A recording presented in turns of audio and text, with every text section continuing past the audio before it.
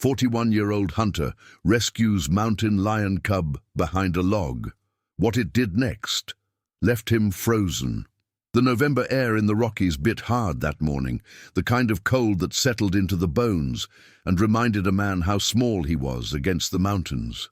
Thomas Greer moved carefully through the pine forest, his breath clouding white in the thin light filtering through the canopy. At 41, he'd been hunting these ridges for more than 2 decades, long enough to know their moods and rhythms, long enough to read the land like other men read newspapers. His rifle rested easy against his shoulder, though he hadn't fired it yet. This wasn't about the kill for Thomas. It never really had been. It was about the silence, the solitude, the way the wilderness stripped away everything false and left only what mattered. He paused near a fallen Douglas fir, its massive trunk silvered with age and half buried in decades of pine needles. The forest here felt different, quieter. Not the peaceful quiet of an empty woods, but the tense silence that comes when something is wrong. Thomas had learned to trust that feeling. He crouched low, scanning the underbrush, his eyes picking apart shadows and shapes. That's when he heard it, a sound so faint he almost missed it beneath the whisper of wind through the pines.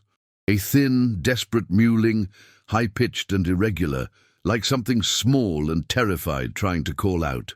Thomas moved toward the sound, his boots crunching softly on the frost-hardened ground. The mewling grew louder as he approached the log, and then he saw it.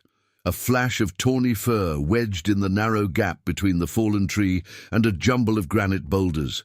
He dropped to one knee, his heart rate picking up, and peered into the darkness. 2 golden eyes stared back at him, wide with fear and exhaustion. A mountain lion cub, no more than 8 or 9 weeks old, pressed itself against the cold stone, its tiny body trembling violently. Blood matted the fur along its left hind leg, and Thomas could see the raw gash where something, maybe a coyote, maybe a fall, had torn the skin open. The cub hissed weakly, baring needle-sharp teeth that would have been comical if the situation weren't so dire. Thomas stayed perfectly still, his mind racing. An injured cub this young, alone in November cold, wouldn't last the night. But mountain lion cubs weren't abandoned without reason. Somewhere nearby the mother might be watching, and a protective lioness was one of the most dangerous animals in these mountains. Thomas scanned the tree line, looking for any sign of movement, listening for the low, warning growl that would tell him he'd made a fatal mistake. Nothing. Only the cub's pitiful cries and the wind moving through the branches above. If you're enjoying this story, please subscribe and stay with us.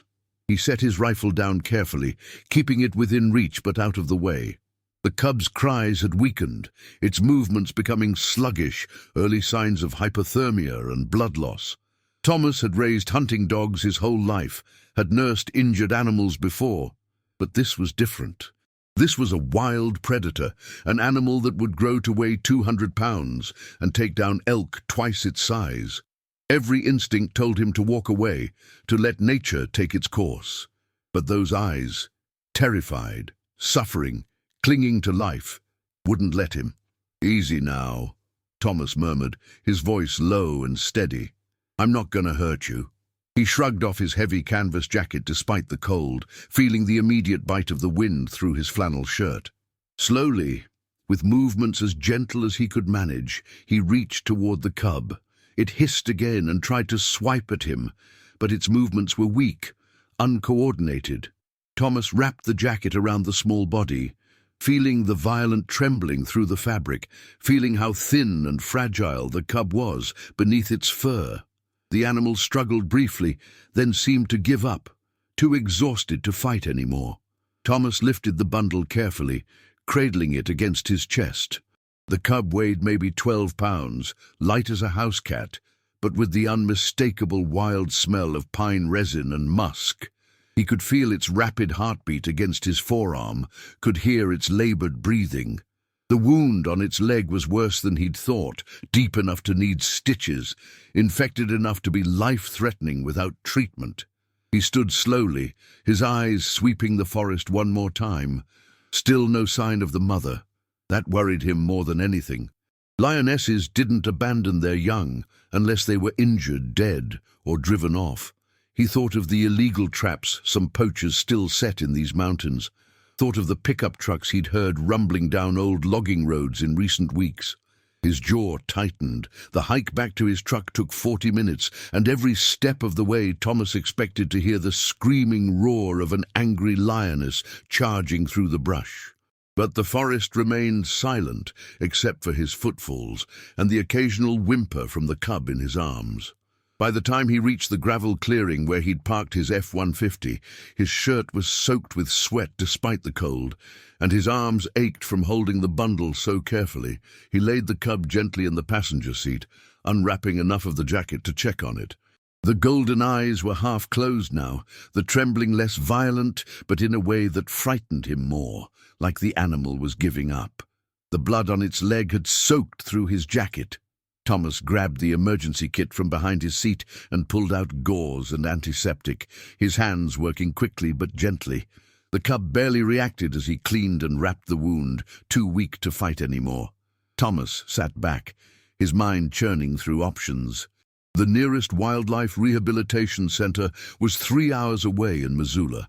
Fish and Wildlife would probably just euthanize an injured cub this young, or worse, demand he return it to where he found it to die naturally. Neither option sat right with him. He thought of his small ranch 15 miles down the mountain, the old barn with the heated tack room, the veterinary supplies left over from years of caring for horses and dogs. It wasn't legal, taking in a mountain lion cub. It probably wasn't even safe, but looking at the small, broken creature barely clinging to life on his truck seat, Thomas Greer made a decision that would change everything. He started the engine, cranked the heat up full blast, and pointed the truck down the mountain toward home. The sun was breaking through the clouds as he drove, casting long shadows across the valley below. Thomas glanced over at the cub, at its shallow breathing and the way its small paws twitched in whatever dreams or nightmares occupied a dying animal's mind. He didn't know if it would survive the next few hours, let alone the next few days. He didn't know what he'd do if it did survive, how he'd care for a wild predator, how he'd explain it to anyone, how he'd eventually return it to the wild. All he knew was that he couldn't leave it behind that log to die alone and afraid. The truck bounced over the rutted mountain road, and Thomas drove faster than he should have, racing against time and the cold and the infections spreading through that small, wounded body. Behind him, the forest where he'd found the cub receded into the distance, and ahead of him lay 1,000 unknowns. But for now, in this moment, there was only the warm cab of his truck, the labored breathing of the cub beside him, and the unexpected weight of responsibility settling over Thomas's shoulders, like a mantle he hadn't asked for, but wouldn't refuse. The ranch appeared through the pines like it always did, weathered but sturdy, a testament to endurance rather than prosperity. Thomas pulled into the gravel drive, the truck's tires crunching over stones, worn smooth by 20 years of his coming and going. The 2-story cabin sat at the center of 40 acres his grandfather had bought in 1967, back when land this close to the mountains was still affordable for working men. The barn leaned slightly to the east, its red paint faded to rust brown, but the roof was sound and the stalls inside still smelled of hay and horse sweat. Even though Thomas had sold his last mare 3 years ago, he killed the engine and sat for a moment, looking at the cub. It hadn't moved in the last 10 miles, and for a terrible moment Thomas thought it had died. Then he saw the shallow rise and fall of its ribcage, saw one small ear twitch at the sound of the truck door opening. Still alive, barely. Thomas gathered the bundle carefully and carried it across the yard to the barn. The morning sun was higher now, but the temperature had barely climbed above freezing. His breath still clouded white as he shouldered open the barn's side door and stepped into the relative warmth inside. The tack room was in the back corner, a 12 by 12 space he'd insulated years ago and outfitted with a space heater for those winter nights when a sick animal needed watching. He laid the cub on the old horse blanket spread across the workbench and unwrapped the jacket slowly. The cub's eyes were closed now, its breathing rapid and shallow. The makeshift bandage on its leg had soaked through with blood. Thomas felt a cold knot of fear in his stomach, the same fear he'd felt 16 years ago when his daughter Emma had spiked a fever of 104 and he'd driven 90 miles an hour to the emergency room in Kalispell. Emma had survived that night. She'd survived, grown up, graduated college, and moved to Seattle where she worked as a marine biologist and called him every Sunday like clockwork. But the memory of that fear, that helpless terror of watching something precious slip away, had never quite left him. He washed his hands in the utility sink and pulled out the veterinary kit he kept stocked for emergencies. Antibiotics, syringes, surgical thread, antiseptic, supplies accumulated over decades of ranch life where the nearest vet was an hour away and animals didn't wait for business hours to get sick. Thomas had stitched up dogs, treated horses for colic, delivered breech calves in the middle of snowstorms, but he'd never treated a mountain lion. He worked quickly, cleaning the wound properly this time, his hands steady despite his racing heart. The gash was deep, running 4 inches along the cub's left hind leg, exposing muscle tissue that should never see daylight. Something with teeth had done this. The puncture marks were clear. Coyote, most likely. Or another mountain lion, perhaps a male trying to kill a competitor's offspring. Thomas had seen enough predator behavior to know that nature was beautiful and brutal in equal measure. The cub whimpered as he irrigated the wound, a sound that cut through him like a blade. "I know," he murmured. "I know it hurts. Almost done." He sutured the gash with steady hands, his fingers remembering the motions from countless similar repairs on different animals. 12 stitches, neat and tight. Then he administered antibiotics, calculating the dosage based on the cub's weight and praying he was close enough to write. Too little, and the infection would kill it. Too much, and the medicine itself could stop that fragile heart. When the medical work was finished, Thomas wrapped the cub in a fresh blanket and set up the heat lamp he used for newborn livestock, positioning it carefully to warm without overheating. The cub needed fluids, food, warmth, and rest, in that order. He mixed electrolyte solution in a bottle with a soft nipple, the same kind he'd used for orphaned foals, and lifted the cub's head gently. "Come on now," he whispered. "You got a drink." The cub's mouth was dry, its tongue pink and swollen with dehydration. Thomas squeezed a few drops onto its lips, waiting. Nothing. He tried again, patient and persistent.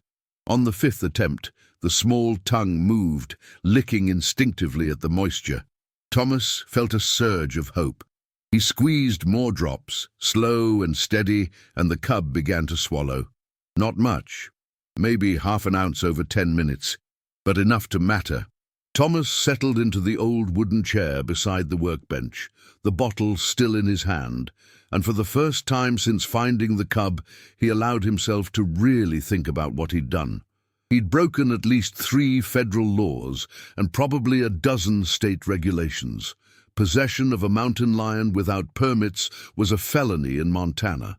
If Fish and Wildlife found out, he could lose his hunting licenses, face fines he couldn't afford, maybe even jail time. And for what? A wild animal that might not survive the week, that would never be truly tame, that would have to be released back into a wilderness that had already tried to kill it once. His ex-wife Linda would have called him a fool. She'd called him worse during the divorce 7 years ago, when she'd finally had enough of the isolation, the struggling ranch, the husband who chose mountains and silence over the social life she craved. "You care more about broken things than you do about people," she'd said on her way out. It had stung because part of him wondered if she was right, but Emma understood. Emma had inherited his quiet nature, his love for wild places and wild things. She'd spent her childhood helping him nurse injured animals, had cried over every loss and celebrated every success. Before she'd left for college, she'd told him, "Dad, you've got the biggest heart of anyone I know. Don't let Mom make you think that's a weakness." Thomas watched the cub's breathing slowly steady, watched a little color return to its gums. Outside the tack room window, chickadees flitted between the pines, and somewhere in the distance a raven called. Normal ranch sounds? Normal mountain sounds? But nothing about this situation was normal. He'd named his daughter after his grandmother, a woman who'd raised 6 children during the Depression and never turned away a hungry stranger from her door. "We help because we can," she used to say. "That's the whole of it." Simple philosophy. Thomas had tried to live by it, though it had cost him a marriage and left him alone on a failing ranch at 41, with more past than future stretching ahead. The cub stirred, its eyes opening to slits. Those golden eyes found Thomas's face, and for a long moment they simply looked at each other. Thomas saw fear there still, but also something else. A flicker of recognition, perhaps, or the animal equivalent of gratitude. Or maybe he was just projecting, seeing what he wanted to see in a wild creature's gaze. "You're safe now," Thomas said quietly. "I don't know what happens next, but you're safe right now. That's something." The cub's eyes closed again, but its breathing had evened out, deeper and more regular. The crisis moment had passed. It would live through the day, at least. Beyond that, Thomas couldn't guess. He stood and moved to the small refrigerator where he kept livestock medications. He'd need to feed the cub something more substantial than electrolytes. Probably ground chicken or turkey mixed with kitten formula, the closest approximation to lioness milk he could manage. He'd need to monitor the wound for infection, keep the cub warm, hydrated, calm. He'd need to research mountain lion development, figure out feeding schedules, understand what a growing predator required.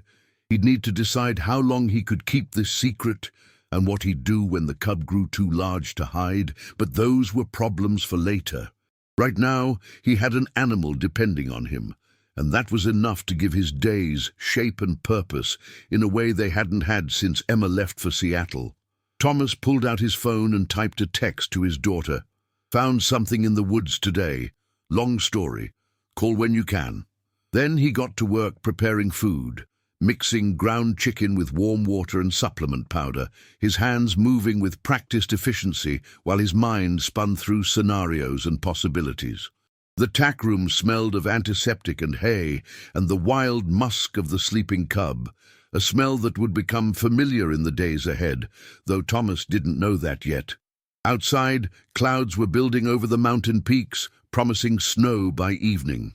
Thomas glanced at the cub one more time, checking its breathing, adjusting the heat lamp, touching one gentle finger to its small head.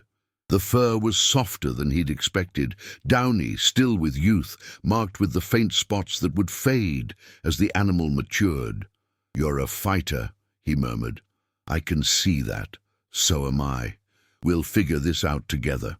The cub slept on, its small body finally beginning to heal, and Thomas Greer, hunter, rancher, father, rescuer of broken things, settled in for a long vigil that would stretch into days, then weeks. Then something neither of them could have anticipated on that cold November morning when their lives collided behind a fallen log.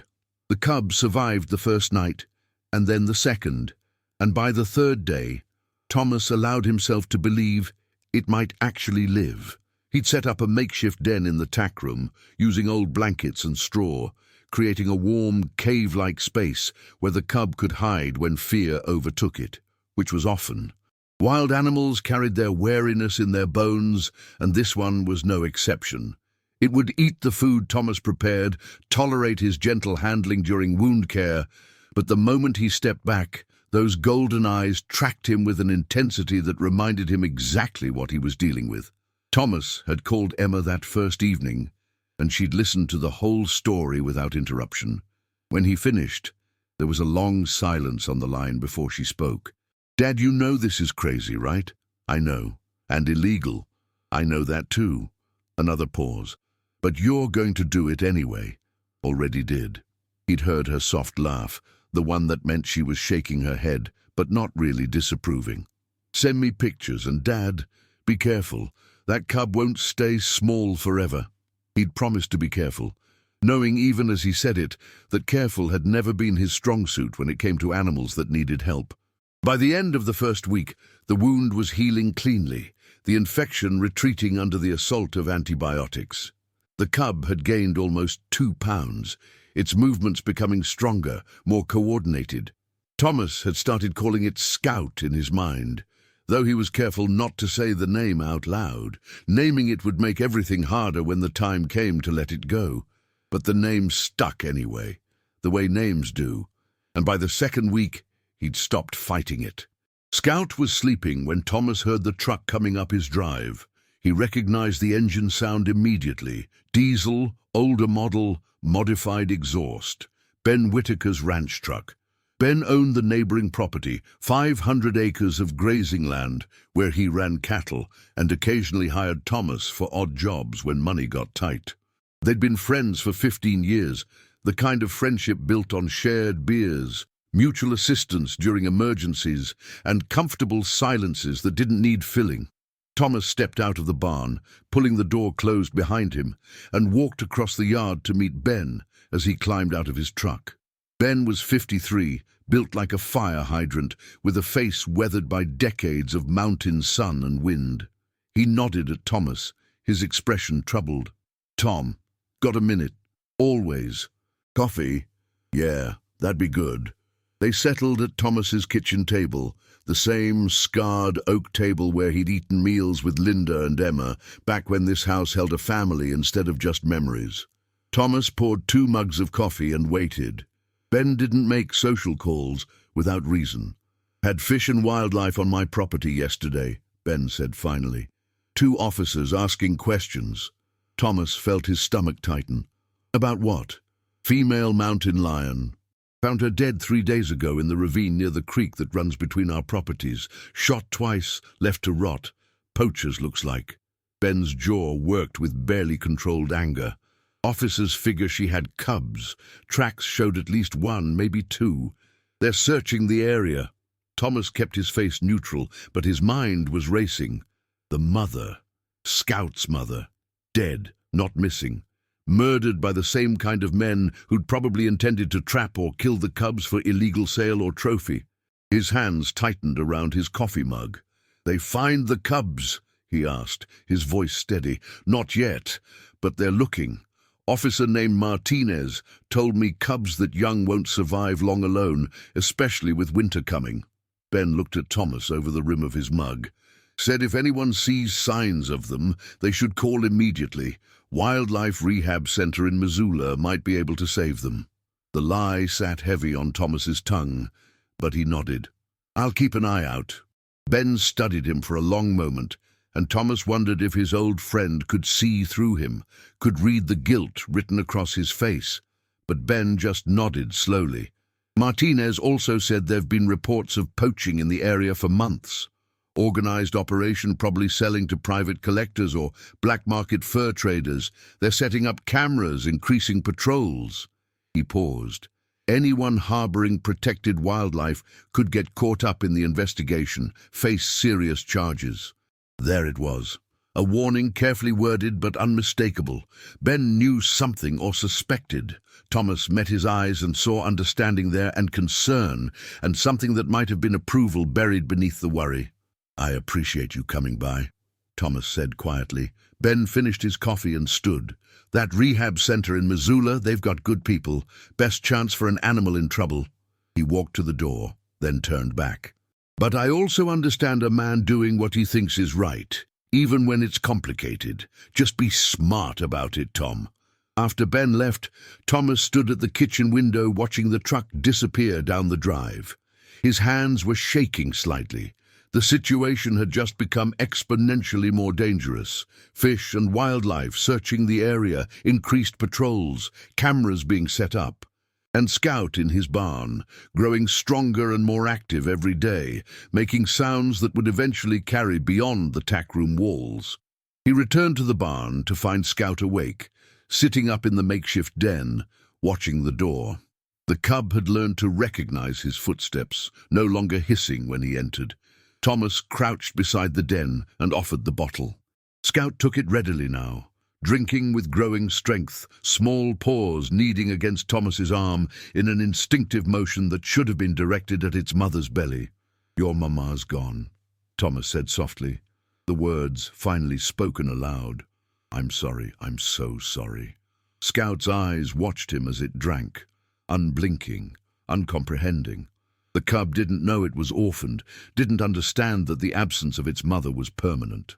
It only knew hunger and warmth and the strange two-legged creature that provided both. Thomas's phone buzzed. A text from Emma. "How's the patient?" He typed back, "Stronger, but situation's complicated. FWS searching the area. Mother was killed by poachers." Her response came quickly. "Dad, maybe it's time to call the rehab center. You've saved its life. Let professionals take it from here." She was right. Thomas knew she was right. The logical thing, the safe thing, would be to contact the center in Missoula, explain that he'd found an injured cub, turn Scout over to people with proper facilities and legal authority. But every time he imagined making that call, something in his chest tightened. He thought of Scout in a cage, handled by strangers, processed through a system that saw it as a specimen rather than an individual. He thought of the bond they'd formed in these weeks, fragile and strange but real nonetheless.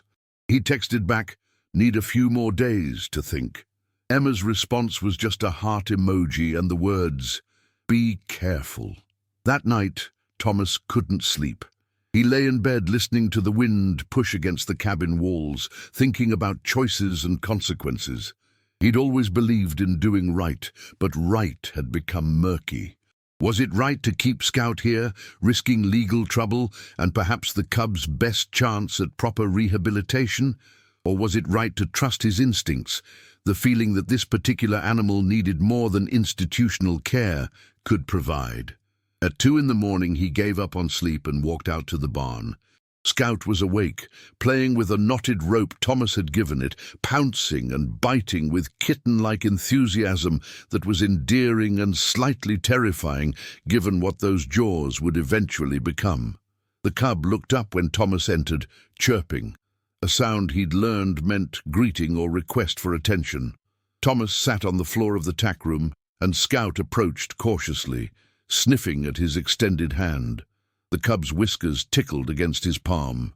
Then, in a gesture that stopped Thomas's breath, Scout headbutted his hand gently and began to purr, a deep, rumbling sound that vibrated through the small body. Mountain lions could purr. Thomas had read that somewhere, but reading and experiencing were different things entirely. The sound filled the quiet tack room, filled something in Thomas too. Some hollow place he hadn't known was empty. "You're supposed to be wild," he whispered. "You're supposed to fear me."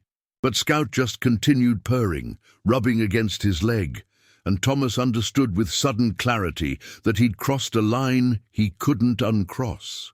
This wasn't rescue anymore. This was relationship. This was connection. And that made everything infinitely more complicated and precious and dangerous. He stayed in the barn until dawn, watching Scout play and sleep and wake to play again, and with each passing hour the weight of responsibility grew heavier on his shoulders. He'd saved this animal's life, but now he was responsible for what that life became. The mother was dead, killed by men's greed. The cub was orphaned, dependent, marked by trauma it would carry forever. And Thomas was all that stood between Scout and a world that saw mountain lions as threats to be managed, problems to be solved, statistics in wildlife reports.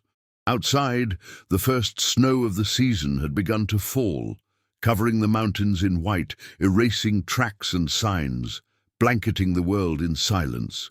Thomas watched through the window as the forest disappeared under the storm, and he wondered what tracks he was leaving.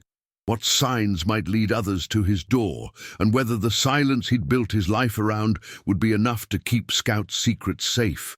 The answer, he suspected, was no.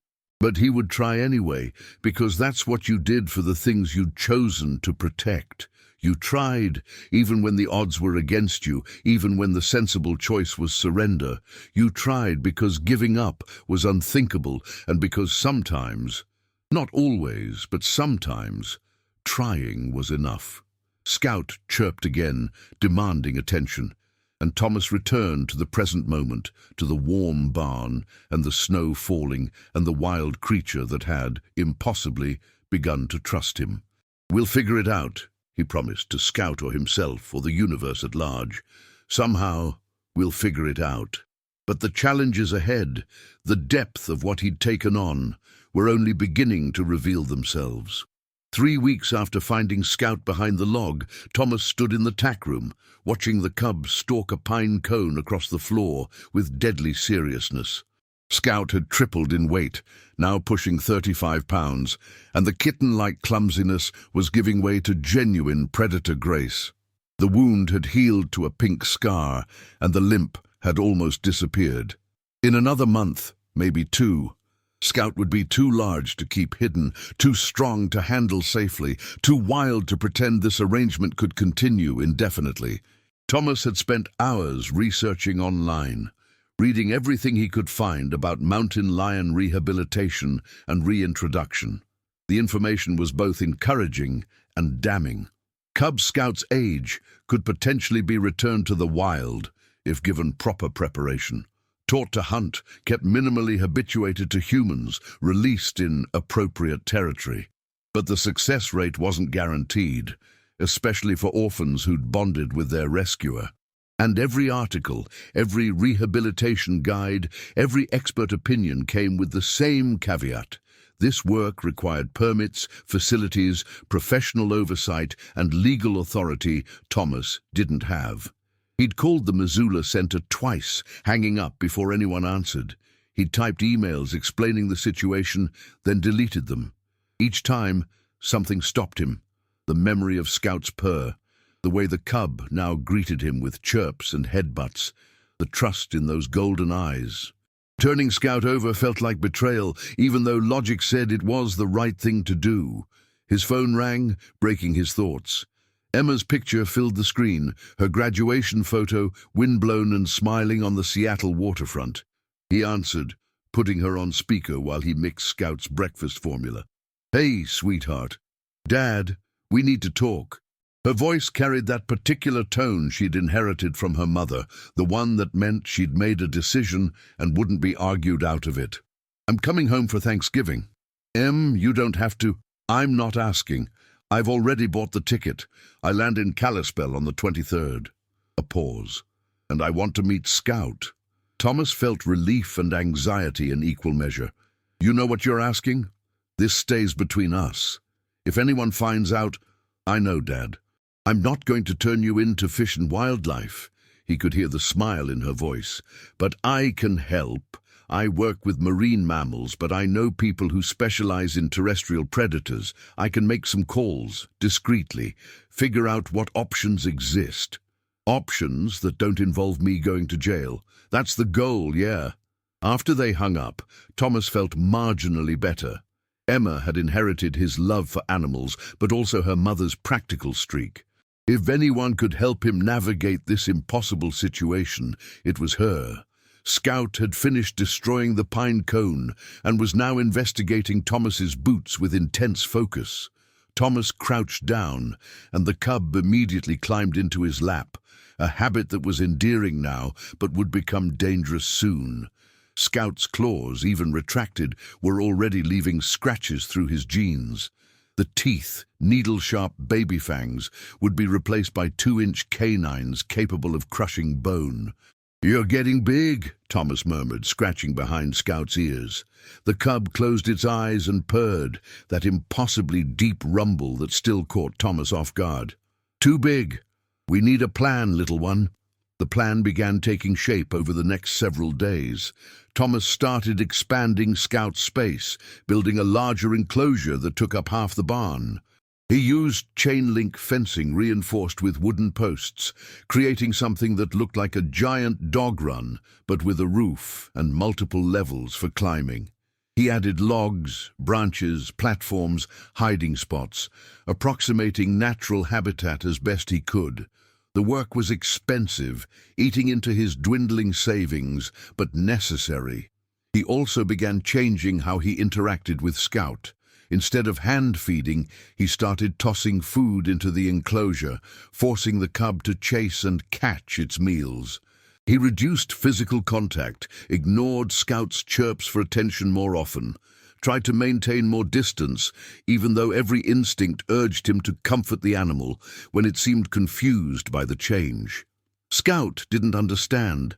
The cub would pace the enclosure fence, calling for Thomas, pressing against the chain link when he walked by. Those moments were torture. Thomas would stand just out of reach, his hands clenched at his sides, fighting the urge to open the gate and let Scout climb into his lap like before. "I'm sorry," he'd whisper. "I'm trying to help you. You need to stay wild." Ben returned the following week, this time bringing supplies, 50 pounds of chicken quarters, venison scraps from a recent hunt, and a knowing look that said more than words could. He helped Thomas reinforce the enclosure without asking questions, working in the comfortable silence that defined their friendship. When they finished, Ben stood back and studied the setup. "That's some dog kennel. For a big dog. Must be real big." Ben pulled 2 beers from his jacket pocket, handed one to Thomas. "Fish and wildlife still around?" They found tracks from 2 cubs, not one. Still searching for the second one. Thomas's chest tightened. 2? Martinez thinks coyotes probably got it. Circle of life and all that. Ben took a long drink. The investigation into the poaching's heating up, though. They found evidence of an organized operation. Trail cameras stolen. Traps set in illegal areas. 3 more dead lions over the past 6 months. Federal charges pending when they catch the bastards. They drank in silence, watching snow fall through the barn's open door. Finally, Ben spoke again. "Whatever you're doing in here, Tom, just make sure you're thinking long-term. Animals aren't like people. They don't understand sacrifice." "I know. Do you?" Ben's voice was gentle but firm. "Because I've seen that look before. On my daughter's face when she tried to keep that wolf-dog hybrid she found. Thing was beautiful, smart as hell, bonded to her completely.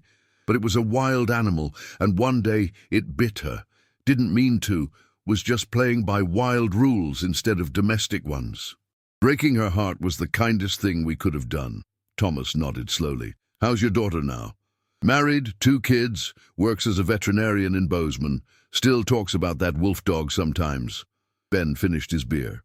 "She understands now why we did it. Took years, but she understands. That animal's in a sanctuary in Colorado, living with others of its kind. Better life than she could have given it." The message was clear. Thomas clapped his friend's shoulder in thanks, and Ben left without another word. That night, Thomas sat at his computer and forced himself to actually send the email he'd written and deleted a dozen times. Not to Fish and Wildlife, but to the director of a private wildlife sanctuary in Wyoming that specialized in big cats. He explained the situation, found an orphaned mountain lion cub, provided emergency care, needed guidance on next steps. He didn't mention his name or exact location. Just asked, hypothetically, what options existed for a cub that was healing, but too habituated for immediate wild release. The response came 2 days later. Dr. Sarah Chen, the sanctuary director, wrote that she'd need more information, but that sanctuaries like hers sometimes took in animals that couldn't be released. The cub would need to be officially surrendered through proper channels, which usually meant contacting state wildlife officials first. She emphasized this several times. The best outcome for any wild animal is return to its natural habitat, but when that's not possible, sanctuaries provide the next best option: large enclosures, minimal human contact, opportunity to live out a natural lifespan safely. She also wrote, "If you've been caring for this cub for more than a few days, you've likely imprinted it to some degree. That's not your fault. It's a survival mechanism for young animals. But it means wild release becomes significantly more complicated. The cub needs to relearn fear of humans while retaining hunting instincts. This is specialized work requiring months of rehabilitation by professionals." Thomas read the email 3 times, each word sinking deeper. He'd known all this intellectually, but seeing it stated so plainly by an expert made it undeniable. He was out of his depth. His good intentions had created a situation that now required intervention he couldn't provide alone. Scout called from the enclosure, not the chirp of greeting, but the longer, more plaintive sound that meant loneliness or hunger or both. Thomas walked to the barn and found the cub pressed against the fence, eyes fixed on him with absolute trust. He'd saved Scout's life. That was real. But now he had to save Scout's future, and that meant acknowledging his limitations. It meant accepting help, accepting oversight, accepting that love sometimes looked like letting go. Emma would be home in 4 days. Together they'd figure out the right path forward. Not the easy path, not necessarily the one his heart wanted, but the right one. For Scout. Always for Scout. Thomas opened the enclosure gate, breaking his own rule, and Scout immediately bounded over, rubbing against his legs and purring. He allowed himself 5 minutes of contact, memorizing the feel of soft fur and powerful muscles, the weight of the cub's trust, the warmth of connection. Then he gently guided Scout back, closed the gate and walked away, despite the calls that followed him. In his cabin, he pulled out a bottle of whiskey he'd been saving for no particular occasion and poured 2 fingers neat. He raised the glass toward the dark window, toward the barn and the mountain beyond. "To doing the right thing," he said to the empty room, "even when it hurts like hell." The whiskey burned going down, but it didn't warm the cold place forming in his chest, the place that already grieved what he knew was coming, the inevitable goodbye he'd been avoiding since the moment he'd wrapped that freezing cub in his jacket and decided to fight for its life. Outside, the wind picked up, carrying the first bite of true winter. And in the barn, Scout curled up in the den Thomas had built, belly full and body warm, unaware that the world was about to change again, unaware that safety and love sometimes required separation, unaware of everything except the absolute certainty that when morning came, the 2-legged creature would return. Scout was learning to survive. Now Thomas had to learn to let go. Emma arrived on a Wednesday afternoon, her rental car navigating the mountain roads with the caution of someone who'd spent too many years in city traffic. Thomas watched from the porch as she pulled into the drive, his heart swelling with the familiar joy of seeing his daughter, taller than Linda had been, with his dark hair and serious eyes, but her mother's quick smile. She'd barely shut off the engine before he was pulling her into a hug. "Hey, Dad." Her voice was muffled against his shoulder, but he heard the emotion there. They didn't see each other often enough. Never often enough. "Hey, yourself. How was the flight?" "Long. Turbulent over the Rockies." She pulled back, studying his face. "You look tired. Haven't been sleeping great." "Because of Scout?" He nodded. "Want to meet him?" Emma's face lit up with the same expression she'd worn as a child when he'd shown her newborn foals or hawk fledglings. Some things never changed. "Absolutely." They walked to the barn together, Thomas explaining the enclosure setup, the feeding schedule, the behavioral changes he'd been implementing. Emma listened with professional attention, occasionally asking questions that revealed her scientific training. When they entered the barn, Scout was sleeping on one of the elevated platforms Thomas had built, a ball of tawny fur with one paw draped over its nose. "Oh my God," Emma breathed. "Dad, that's not a cub anymore. That's a juvenile mountain lion." She was right. In the weeks since he'd found Scout, the animal had transformed. Still young, still growing, but undeniably powerful. The spotted baby coat was fading, adult coloring emerging. The paws were enormous, the shoulders developing the muscle that would eventually pull down prey 3 times Scout's size. Scout's ears twitched at their voices and the golden eyes opened. The young lion, lifted its head, focused on Thomas, and chirped. Then Scout noticed Emma and went very still, the way predators do when assessing threat or opportunity. "Stay behind me," Thomas murmured. "Let Scout come to you if it wants." They waited. Scout rose slowly, stretched with feline grace, then jumped down from the platform. The animal approached the fence with caution, sniffing the air, studying Emma with intense focus. Emma remained motionless, her breathing steady, professional instinct overriding excitement. Scout circled once, twice, then made a decision. The lion moved to Thomas's side of the fence and rubbed against the chain link where he stood, marking him, claiming him. The message was clear. This human is mine. Emma's eyes were bright with wonder and concern. Dad, Scout's bonded to you deeply. I know. This isn't going to be easy. I know that too. They spent the next hour discussing options, while Scout watched from the enclosure.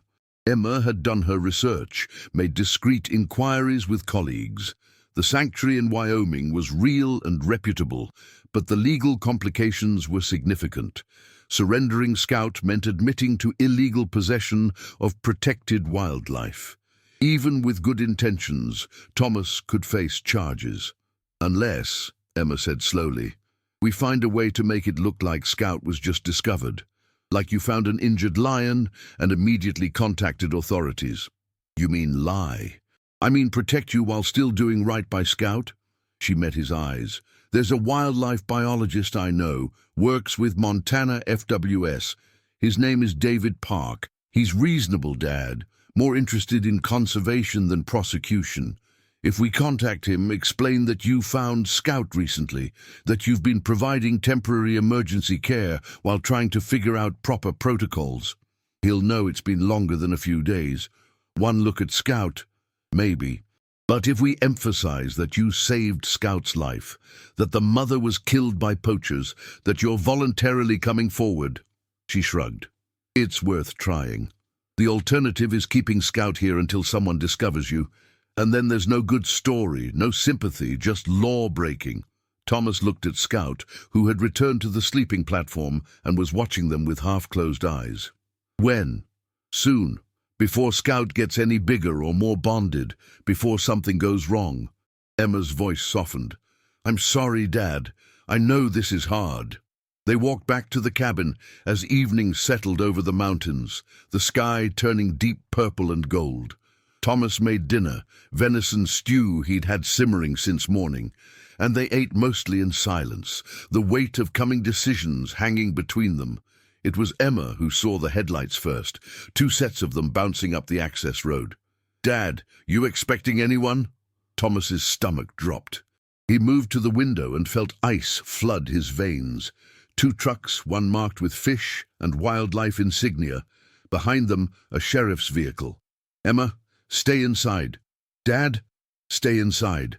His voice carried an authority she remembered from childhood, the tone that meant don't argue. She nodded, her face pale. Thomas stepped onto the porch as the vehicles pulled into his yard. 4 people emerged. 2 FWS officers, including the woman Ben had mentioned, Martinez, another man Thomas didn't recognize, and Sheriff Clayton, who'd been elected 2 years ago and mostly dealt with drunk tourists and property disputes. Martinez approached first, her hand resting casually on her duty belt. She was younger than Thomas expected, early 30s, with sharp eyes that missed nothing. Thomas Greer? That's me. I'm Officer Martinez, Montana Fish and Wildlife. This is Officer Chen. We'd like to ask you some questions about mountain lion activity in this area. Thomas's mouth was dry. Sure. What do you need to know? We're investigating the death of a female mountain lion found near your property line 3 weeks ago. She had cubs. We found tracks. We've been searching for those cubs. Martinez's eyes never left his face. Your neighbor, Ben Whitaker, mentioned you spend a lot of time in the woods. Thought you might have seen something. It was a test. They knew. Somehow they knew. Maybe they'd been watching the property. Maybe they'd heard sounds from the barn. Maybe Ben had said more than he'd admitted. Thomas had seconds to decide, continue lying or come clean. He thought of Emma inside, of the research career she'd worked so hard for. Getting implicated in wildlife crimes could destroy that. He thought of Scout, who deserved better than life as evidence in a criminal case. And he thought of the truth, that he'd saved a dying cub and done his best against impossible odds. I need to tell you something, Thomas said quietly. But first, I need your word that my daughter stays out of this. She arrived today. She had no knowledge of anything before now. Martinez and Chen exchanged glances. Sheriff Clayton stepped forward. Tom, what's going on? Thomas took a breath. I found one of the cubs 3 weeks ago. It was injured, dying. I brought it here and treated it. It's alive. It's in my barn. The silence that followed felt like standing on the edge of a cliff. Martinez's hand moved closer to her weapon. You're admitting to illegal possession of protected wildlife? I'm admitting to saving an animal's life. And now I'm asking for help figuring out what happens next. Officer Chen moved his hand to his radio. We need to see the animal. Now. They walked to the barn as a group, Thomas in front, very aware of the officer's heightened alertness. When he opened the barn door and led them to the enclosure, all 4 visitors stopped dead. Scout was standing at the fence, hackles raised, lips pulled back in a warning snarl that showed impressive teeth. The young lion looked larger in the dim light, more dangerous, every inch the apex predator it was born to be. Jesus Christ, Sheriff Clayton breathed. Tom, that thing could kill you. Scout's not aggressive, just scared. Thomas approached the enclosure slowly. Scout's snarl faded, replaced by uncertain chirping. Hey, it's okay, you're okay. Martinez was on her radio calling for backup, for a wildlife vet, for transport equipment. Chen was taking photos, documenting everything. Sheriff Clayton just stood shaking his head, caught between admiration and disbelief. Mr. Greer, Martinez said when she'd finished her call. You're aware you've committed multiple federal and state violations? Yes. You're aware we could arrest you right now? Yes. She studied him for a long moment. Tell me exactly what happened. Everything. Don't leave anything out. So Thomas told the story. Finding Scout behind the log, the injured leg, the mother he didn't know was dead, the emergency treatment, the decision to keep the cub alive, the growing bond, the attempts to figure out proper next steps. Emma appeared in the barn doorway halfway through, and Thomas shot her a warning look, but she stayed, arms crossed, ready to defend her father if needed. When he finished, Martinez was quiet. Finally, she said, "You should have called us immediately." I know. That cub is evidence in an active poaching investigation. I know that too. And despite that, despite the laws you knew you were breaking, you did this anyway. It wasn't a question. That cub was dying. I couldn't leave it to die alone and afraid. Thomas met her eyes steadily. I understand there are consequences, but I won't apologize for saving Scout's life. Officer Chen spoke up, surprising everyone. The enclosure setup is professional grade. The animal looks healthy, well-fed, properly cared for. This isn't a case of someone keeping an exotic pet for kicks. Martinez turned to her partner. That doesn't change the law. No, but it changes context. Chen looked at Thomas. The sanctuary in Wyoming. You contacted Dr. Chen. She's my cousin. She called me yesterday. Described a hypothetical situation that sounded suspiciously specific. I told her if this hypothetical person existed, they should contact authorities immediately. Looks like you were planning to do that. Emma spoke from the doorway. He was. We both were. I'm a marine biologist. I was helping my father navigate proper protocols. You arrived before we could make contact. It was a stretch of the truth, but not quite a lie. Martinez looked between Thomas, Emma, and Scout, her expression unreadable. Thomas could see her weighing options, considering precedents, calculating outcomes. More vehicles arrived, a wildlife vet with tranquilizer equipment, another FWS officer, a truck with a transport cage. The barn filled with people and activity. Scout retreated to the far corner of the enclosure, terrified by the crowd, calling for Thomas in distress. Thomas moved toward the enclosure fence. I need to help. Scout's scared. Mr. Greer, step back. Martinez's voice was firm but not unkind. We have this. Scout doesn't know you. Let me help at least with the tranquilizer. Please. Thomas heard the desperation in his own voice. After that, I'll comply with whatever you decide, but don't terrify Scout more than necessary. The cub's already lost its mother, already been traumatized. Don't make this worse." Martinez studied him, then nodded slowly. "Doctor.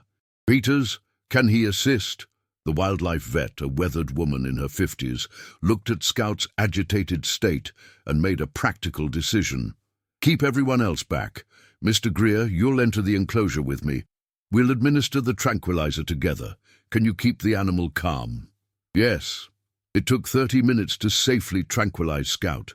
Thomas held the young lion steady while Dr. Peters administered the injection, talking softly the whole time, telling Scout everything would be okay, even though he didn't know if that was true. Scout fought the sedation, fought hard, those golden eyes locked on Thomas with confusion and betrayal. "Why are you letting them hurt me?" those eyes seemed to ask. "I trusted you." When Scout finally went limp, Thomas stayed on his knees beside the unconscious form, one hand on the young lion's flank, feeling the steady heartbeat beneath his palm. This was the moment he'd been dreading since he'd found Scout behind that log. This was goodbye. Dr. Peters completed a quick examination. Animals in excellent condition, wounds healed well, body weight appropriate. "You did good work, Mr. Greer." They loaded Scout into the transport cage with careful efficiency. Thomas watched, numb, as they carried the cage toward the truck. Emma appeared at his side, taking his hand. Her fingers were cold, or maybe his were. He couldn't tell. Martinez approached. "Mr. Greer, we're taking the animal to the rehabilitation facility in Missoula for assessment. Then we'll determine appropriate placement. As for charges..." She hesitated. "I'm recommending to the prosecutor that, given circumstances, a warning and fine are appropriate rather than arrest. You saved this animal's life and were attempting to ensure its proper care. That counts for something. But you'll need to appear before a judge, pay penalties, and comply with any additional conditions set by the court." "I understand. Thank you. Don't thank me yet. This isn't over." But her expression had softened slightly. "For what it's worth, I've seen people keep mountain lions in dog crates, half-starved, covered in filth. Whatever your violations, you clearly cared about that animal's welfare." The vehicles began pulling out, carrying Scout away. Thomas watched the taillights disappear down his driveway, and something inside him broke. Emma wrapped her arms around him as his shoulders shook with silent sobs he couldn't control. "You did the right thing," she whispered. "Scout's alive because of you. Remember that." But all Thomas could remember was the look in Scout's eyes as the tranquilizer took effect. Confused, frightened, betrayed. He'd saved Scout's life twice now, once behind that log and once by letting go. Both times had required courage he wasn't sure he possessed. The barn felt cavernously empty when they returned to it. Scout's scent still hung in the air. The enclosure stood vacant. Thomas's legs gave out, and he sat hard on the barn floor, Emma beside him, both of them grieving what had been lost, even as they knew it was necessary. Outside, snow began to fall again, covering everything in forgiving white. And somewhere in the darkness, Scout slept in a cage, traveling toward an uncertain future, unaware that the strange two-legged creature who'd saved its life was breaking apart in an empty barn, wondering if love always required this much sacrifice, and if doing right always had to hurt this badly. The days after Scout left felt like moving underwater, everything slow and muted and distant. Thomas went through the motions, feeding chickens, repairing fence lines, chopping firewood for winter. But the barn drew him repeatedly, his feet carrying him there without conscious decision. He'd stand in the empty enclosure, running his hands over the chain link Scout had pressed against, finding tufts of tawny fur caught in the wire. He couldn't bring himself to take down the structure he'd built. Not yet. Emma stayed through Thanksgiving, which they observed quietly with roast chicken and potatoes neither of them had much appetite for. She worked her laptop at the kitchen table, making calls, sending carefully worded emails to colleagues in wildlife rehabilitation. On the third day, she looked up from her screen with cautious optimism. Dr. Peters sent an update. Scouts doing well at the facility, eating regularly, no signs of stress-related illness. They're keeping human contact minimal. Thomas nodded, not trusting his voice. Dad, that's good news. I know. He managed a weak smile. I'm glad. Really. But knowing Scout was alive and healthy didn't ease the hollow ache in his chest. He'd known this would be hard. He hadn't anticipated it would feel like losing Emma all over again. That same gutting sense of necessary separation, of loving something enough to let it go toward a future that didn't include you. The legal proceedings began the week after Thanksgiving. Thomas appeared before Judge Morrison in the Flathead County Courthouse, standing in clothes he hadn't worn since Linda's father's funeral. The prosecutor laid out the charges: illegal possession of protected wildlife, failure to report discovery of endangered species, multiple violations of state and federal wildlife codes. The list was long and damning. Then Martinez took the stand, and her testimony changed the room's atmosphere. She described the conditions Scout would have been in when Thomas found the cub, the medical care provided, the enclosure that showed clear intent to maintain the animal's well-being. She presented photos of the dead mother, killed by poachers whose operation was still under investigation. She noted that Thomas had been in the process of contacting authorities when they'd arrived. Your Honor, Martinez concluded, Mr. Greer broke laws, but those laws exist to prevent exploitation and cruelty. Nothing about this case suggests either. This was a man who saved an animal's life and then struggled to navigate a complex legal landscape most citizens don't understand. I recommend leniency. Officer Chen testified similarly.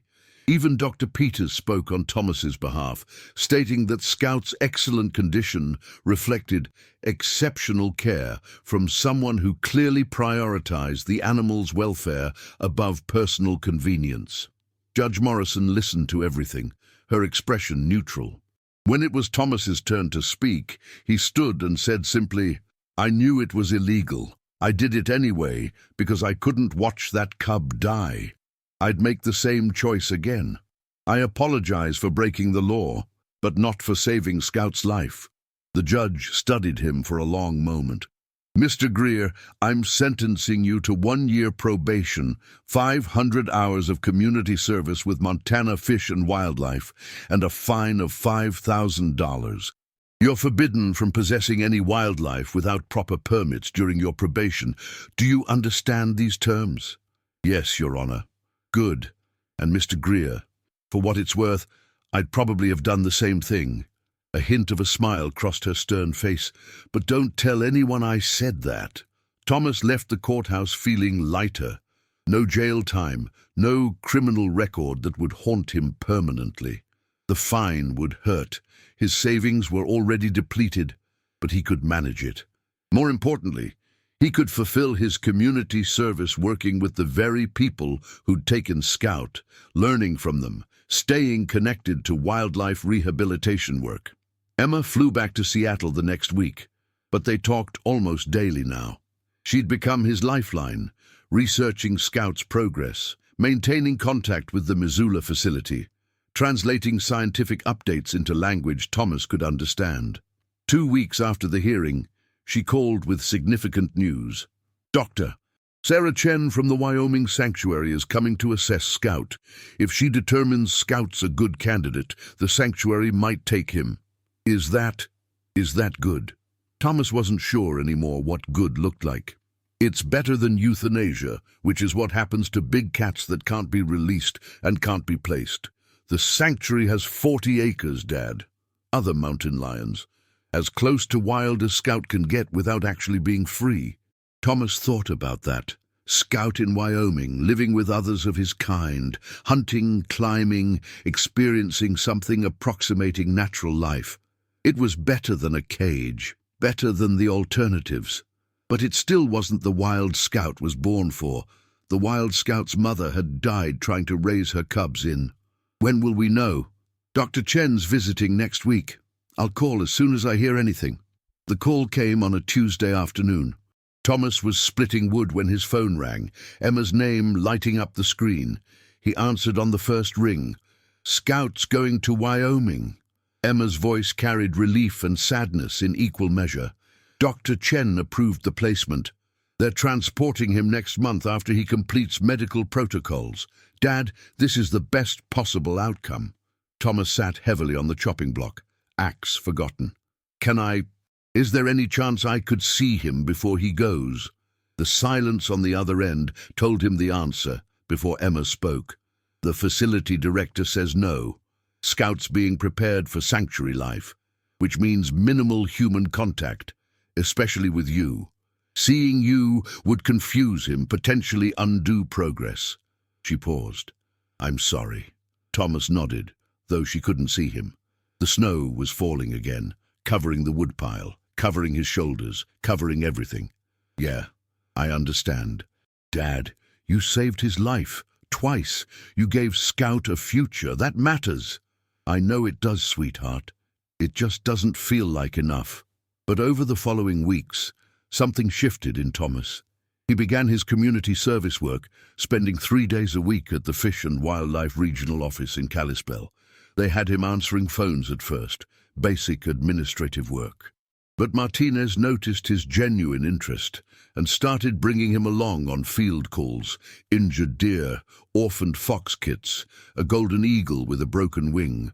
Thomas watched, learned, assisted when allowed. He met other officers, other volunteers, people who'd dedicated careers to wildlife conservation.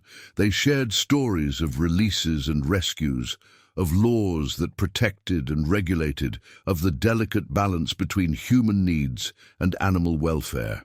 Thomas began to understand the system he'd circumvented, and more importantly, why it existed. Individual compassion mattered. It had saved Scout's life. But sustainable conservation required structure, knowledge, resources no single person possessed. One evening, Martinez invited him to coffee after a particularly long day, treating a bear cub injured by a vehicle. They sat in a diner booth, exhausted, hands wrapped around warm mugs. "You're good at this," Martinez said. "The animal handling, the patience. Have you thought about getting certified as a wildlife rehabilitator?" Thomas blinked. "Is that possible? With my record?" "Your record shows you saved an animal using skills most people don't have. The judge gave you probation, not a ban. After you complete your service, you could apply for permits, get proper training. Do this legally." She smiled. "We need people who care as much as you do, Thomas. People who will put in the work." The idea took root. Thomas researched certification programs, costs, requirements. It would take years. He'd need to upgrade his facilities, complete extensive training, pass inspections. But it was possible. A path forward that honored what he'd learned from Scout while working within systems designed to protect wildlife. Emma was thrilled when he told her. "Dad, that's perfect. You'd be amazing at that." "It's a long road." Best things usually are. December arrived with heavy snows that buried the ranch under 3 feet of white. Thomas spent evenings in his cabin reading wildlife biology texts Emma sent, taking online courses in animal behavior, planning facility modifications he'd need for rehabilitation certification. The work filled the Scout-shaped hole in his days, gave him purpose beyond simple survival. On Christmas Eve, Ben appeared at his door with a bottle of good whiskey and an envelope. "Heard about your legal trouble. Heard about the community service too." He handed Thomas the envelope. "Early Christmas present. Inside was a check for $3,000. Ben, I can't. It's not charity. It's back pay for all the times you helped me with calving. Fixed my equipment, plowed my drive without being asked. Considerate even." Ben's gruff voice softened. "What you did for that lion cub, that took guts. Maybe wasn't smart, but it was right. World needs more people who choose right over smart sometimes." They drank whiskey and watched snowfall. Two men who understood that the mountains made you hard, but also taught you when hardness wasn't the answer. Emma called on Christmas morning. Video chat showing her small Seattle apartment decorated with lights. "Merry Christmas, Dad. Merry Christmas, sweetheart. I have news. Dr. Chen sent photos. Scouts in Wyoming. The transport went smoothly. He's already exploring his new habitat." Her voice caught. "Dad, you should see him. He's beautiful." "He's thriving." Thomas felt tears prick his eyes. "Send me the photos." They arrived minutes later. Thomas opened them with trembling hands. Scout, bigger now, almost fully grown, stood on a rocky outcrop, golden eyes surveying 40 acres of sanctuary land.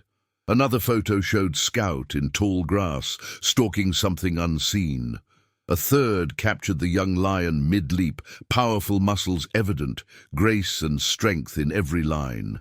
This was Scout as nature intended, wild in spirit if not in fact, alive, safe, whole. Thomas set his phone down and walked to the window.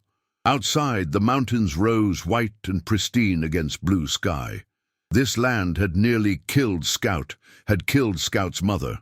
But it had also brought them together, had given Thomas purpose he'd been lacking, had shown him there were still things worth fighting for, even when the fight seemed futile. He thought about the question Emma had asked weeks ago.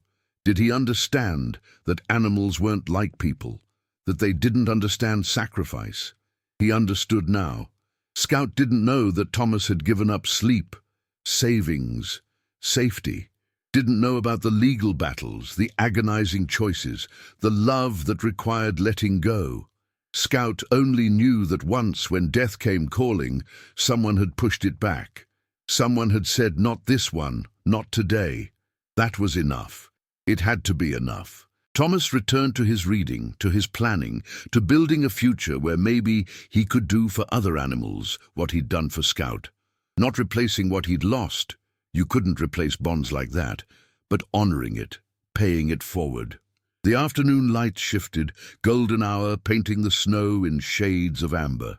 Thomas's phone buzzed one more time. Another photo from Emma, this one showing Scout touching noses with another mountain lion through fence. Careful introduction to a potential companion. Thomas smiled. Scout was learning to be a lion again, learning from his own kind, building a life Thomas could never have provided alone. "Good," he whispered to the empty room. "That's good." And for the first time since that November morning when he'd heard a faint mewling behind a log, Thomas felt something like peace. Spring came late to the Rockies that year, snow lingering in shaded hollows well into April. Thomas stood in the forest where he'd found Scout 5 months earlier, the fallen Douglas fir still lying exactly as it had been, the gap between log and boulders now filled with last autumn's pine needles and the first green shoots of mountain wildflowers. It looked like any other patch of wilderness. Nothing marked this as the place where two lives had collided and changed forever. He came here often now, usually alone, sometimes with other fish and wildlife volunteers when they were surveying the area. The poachers had been caught in February, 3 men from Idaho running an operation that had killed 14 mountain lions over 2 years, selling pelts and cubs to private collectors. Federal charges, serious prison time, justice, though it came too late for Scout's mother and too many others. Thomas crouched beside the log, running his hand along the weathered wood. 5 months felt like 5 years. He was different now in ways he couldn't quite articulate, quieter maybe, more certain of some things, less certain of others. The community service that had seemed like punishment had become the foundation of something larger. He'd completed his required hours in March, but kept volunteering 3 days a week anyway. Martinez had become not just a colleague, but a friend, teaching him tracking techniques, animal behavior assessment, proper protocols he'd stumbled through blindly with Scout. His phone buzzed. A text from Emma. "Check your email, now." Thomas pulled out his phone, opened his email, and found a message from Dr. Sarah Chen in Wyoming. His heart rate picked up as he read. "Thomas, thought you'd want to know. Scout successfully integrated with our resident female, Luna. They've bonded well. Today we witnessed Scout making his first solo kill, a deer we introduced to his enclosure. Clean, efficient, textbook mountain lion hunting behavior. Everything a wild lion should know, he's learned. You gave him the foundation. We gave him the skills. Together we gave him a life. Thank you for trusting us with him. Sarah attached was a video. Thomas hit play with shaking hands. The footage showed Scout, massive now, easily 120 pounds, crouched in tall grass. The spotted kitten coat was completely gone, replaced by the tawny gold of an adult mountain lion. Thomas watched as Scout stalked, every movement controlled and precise, then exploded into action. The hunt was over in seconds. When Scout looked up from the kill, those golden eyes were fierce and wild, and absolutely right. Thomas played the video 3 more times, memorizing every second. This was closure, he realized. Final proof that Scout had overcome impossible odds, had retained or relearned every instinct Thomas had worried might be lost through human contact. Scout was a mountain lion in every way that mattered. He forwarded the video to Ben with a simple message. He made it. Ben's reply came immediately. Never doubted it. You did good, Tom. Thomas pocketed his phone and continued his hike, following game trails deeper into wilderness. This was part of his routine now, monitoring the area where Scout's mother had been killed, documenting wildlife activity, checking for signs of poaching. The work Martinez had introduced him to had become something like calling. He'd applied for rehabilitation certification and been accepted into the program. 2 years of training, facility inspections, supervised releases. By the time he was 43, he'd have legal authority to do what he'd done for Scout. Save lives, give second chances, help broken things become whole again. The ranch would need modifications. The barn would become a proper rehabilitation facility. He'd need separate enclosures for different species, quarantine areas, medical equipment. The costs were staggering, but Emma had helped him apply for grants. 2 had come through already, enough to start construction this summer. Ben had offered to help with the labor. Martinez had promised to advise on proper protocols. It was happening, slowly, but really happening. Thomas reached a ridge overlook and paused to catch his breath. The valley spread below him, still dotted with snow, the river running high with melt. This land was harsh and beautiful and unforgiving. It took Scout's mother. It nearly took Scout. But it had also brought Thomas back to life in ways he was only beginning to understand. His marriage had ended because he'd chosen isolation over connection. Emma had thrived despite his emotional distance, not because of it. He'd built walls after the divorce, convinced that solitude was safety. Scout had demolished those walls without trying, simply by needing him, by trusting him, by teaching him that love required risk, and risk meant possible loss. But possible loss was still better than certain emptiness. He was different now, more open. He'd started having dinner with Ben and his wife once a week. He'd joined the volunteer emergency response team that handled animal vehicle collisions. He'd even been on 2 dates with a wildlife veterinarian named Kate, who worked at the Missoula facility. Nothing serious yet, but something that might become serious if he let it. Letting things happen, letting people in, letting go of outcomes he couldn't control. Scout had taught him all of that in the brief weeks they'd shared space and breath and improbable connection. Thomas's phone rang. Emma, video call. He answered to find her grinning. You saw the video? Just watched it. 4 times. Thomas couldn't stop smiling. He's magnificent, Em. He really is. Dad, I'm so proud of you. What you did, saving him, getting him proper care, doing the hard thing even when it hurt, that was real courage. I was terrified the whole time. That's what makes it courage instead of stupidity. She laughed, though it was maybe a little of both. They talked for 20 minutes about Scout, about Thomas's certification program, about Emma's work in Seattle. She was coming home for a week in June, wanted to help with the barn renovations. They were building something together now, father and daughter united in purpose, making up for lost years with present connection. After they hung up, Thomas sat on the ridge until the sun began its descent toward the western peaks. He thought about the hunter he'd been 5 months ago, solitary, aimless, moving through life without real engagement. That man had heard a sound in the forest and made a choice that seemed simple at the time, help something that was suffering. But that choice had spiraled into consequences he could never have predicted, into legal troubles and emotional devastation and eventual transformation. He wouldn't undo it, not the fear, not the pain, not the gut-wrenching moment when they'd taken Scout away. All of it had been necessary. All of it had mattered. The sun touched the mountains, turning snow to gold and shadow to purple. Thomas stood and began the hike back to his truck. Tomorrow, he'd return to volunteer work. Next week, he'd meet with contractors about barn modifications. In June, Emma would come home and they'd build enclosures together. In 2 years, he'd be certified to rehabilitate wildlife legally, properly, sustainably. And somewhere in Wyoming, Scout was learning to be wild with another mountain lion, hunting and climbing and living the life his mother had died trying to give him. Their paths had crossed for only a handful of weeks, but those weeks had changed everything. Thomas reached his truck as dusk settled fully. He paused before climbing in, looking back toward the ridge, toward the forest where it had all begun.